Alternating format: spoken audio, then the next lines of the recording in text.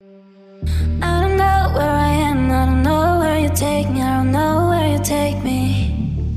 I just follow your trail and I'm losing your mind and I'm losing your head. Let me escape from this love, cause I'm a prisoner. I just want to look my way and never back to you.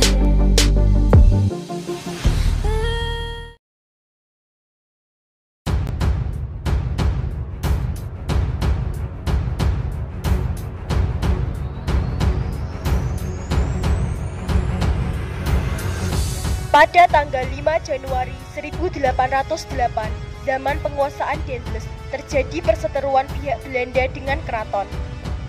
Pembangunan jalan ini harus segera dilakukan. Dari Anyar hingga Pasuruan harus segera disanakan. Tidak mau tahu, segera bukakan akses untuk melancarkan pembangunan jalan ini. Tidak bisa sebelum ada persetujuan dari pihak kami. Pilih saja jalur lain. Tapi akses jalur ini yang saya mau. Kedua belah pihak sama-sama bersikeras mempertahankan.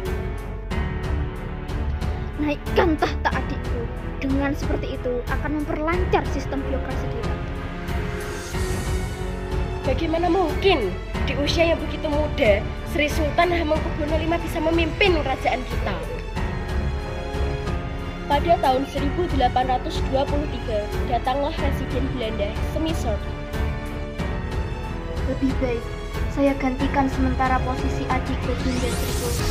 Setelah beliau tumbuh dewasa, akan saya kembalikan. Dengan begitu, kehidupan rakyat pasti terjamin. Baiklah, namun masih ada harapan dari bagian keraton yang dapat memimpin. Dia Diponegoro dari keturunan Wali Pakualam. Mana bisa seperti itu? Saya sudah berbaik hati menawarkan tugas seberat ini. Masih Anda tolak? Baiklah, kalau memang tujuannya akan mensejahterakan rakyat. Kepemimpinan Smithsord membuat rakyat menderita. Muncullah seorang bangsawan putra dari Hamengkubuwono III bernama Raden Mas Ontowiryo atau Pangeran Diponegoro. Pangeran Diponegoro ini tidak puas dengan melihat penderitaan rakyat karena kekejaman dan kelicikan Belanda. Mulailah Pangeran Diponegoro menantang dominasi Belanda.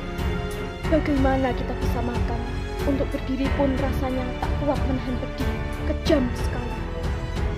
Harus memperoleh uang dari mana lagi untuk membayar kompensasi? Entahlah, keuangan kita sudah mencapai kebangkrutan.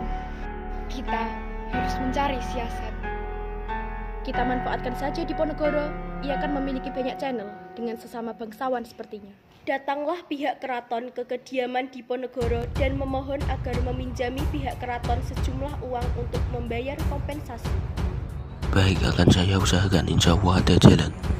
Kemudian Pangeran Diponegoro meminjam uang dari Kapten Tionghoa. Smithsord berhasil menipu kedua wali sultan untuk meluluskan kompensasi yang diminta oleh Nahwis atas perkebunan di Bedoyo, sehingga membuat Diponegoro memutuskan hubungannya dengan keraton. Diponegoro sangat membenci perlakuan dan penguasaan Belanda di Nusantara. Beliau melihat rakyatnya menderita. Mengapa kalian bersedia bekerja sama dengan Belanda dengan memberikan kompensasi penyewaan tanah?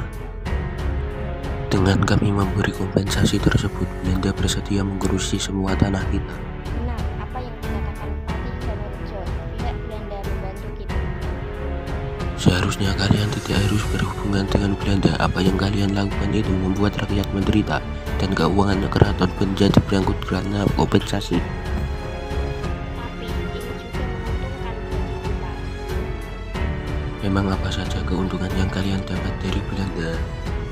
Banyak sekali, tapi tidak kami sebutkan satu persatu. Yang jelas kami akan tetap bekerja sama dengan pihak Belanda. Setelah konflik itu terjadi, akhirnya Pangeran Diponegoro memutuskan hubungannya dengan pihak keraton. Kemudian Pangeran Diponegoro melakukan perlawanan dengan membatalkan kerja paksa pada Mei 1825 agar petani di Tegalrejo dapat membeli senjata dan makanan.